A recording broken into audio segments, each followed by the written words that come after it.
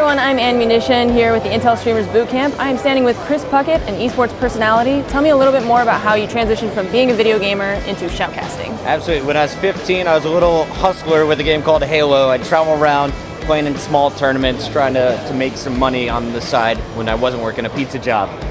But after doing that, I decided to run tournaments, and that's really where we started to see some big prize money up for grabs in eSports in the early console days.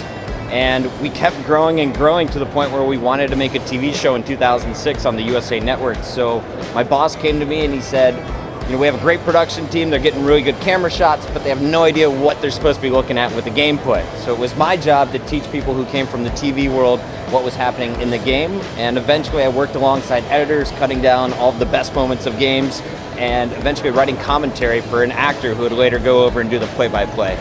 In 2007, my boss Sundance came to me and he said, you know, you can always keep writing these scripts, but what do you think about trying to do it yourself, doing it live? And that's kind of how I got started as a caster. That's awesome. I play a lot of Overwatch, and as a streamer I see a lot of overlap between what you're doing as a shoutcaster at tournaments and what I do kind of at home in a more casual sense. What do you think about kind of transitioning from being a streamer, you know, into shoutcasting? I think you guys have the harder job. I don't know how you're able to play and entertain at the same time. When I play, I just make the weirdest faces. I'm just locked in pure competitive mode. But as a shoutcaster, I have some luxuries. I have spectator tools. I'm able to see the big picture and talk about everything that's going on around the map. I think some of the harder parts of the shoutcaster role is you have to know all of the players and you have to know the high-level strategies and mechanics that are going into the game. So there's a lot of research that needs to be done, but you also have a lot of time to prepare for your big shows, and just like everything else, you only get better with more reps you do.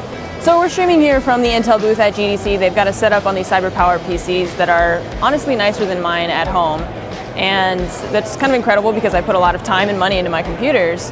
So what has it been like using the spectator mode with the Intel Core i7 processor? It's been ridiculous. The frames per second on these things is beastly. I mean, I have a big desktop rig at home and I'm getting about 144 frames per second, up to 200 sometimes on a really good day. The PC I'm working on in the spectator mode is at 250 the entire time, if not higher. So these machines are better than any desktop I've ever owned. Comparing it to my work laptop, it's just ridiculous.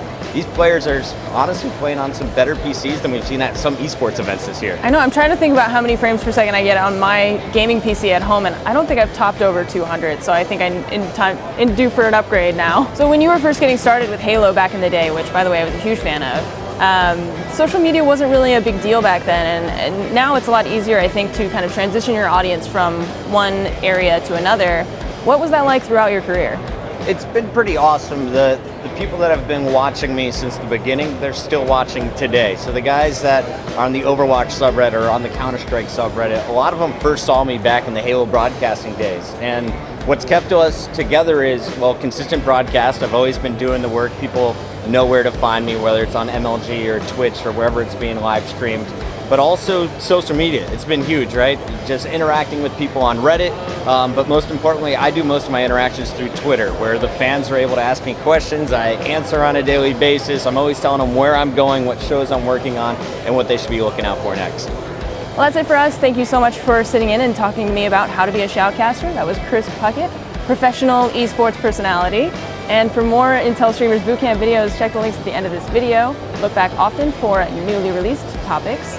And please don't make the handicaps today too difficult. I'll try to do my best, I promise.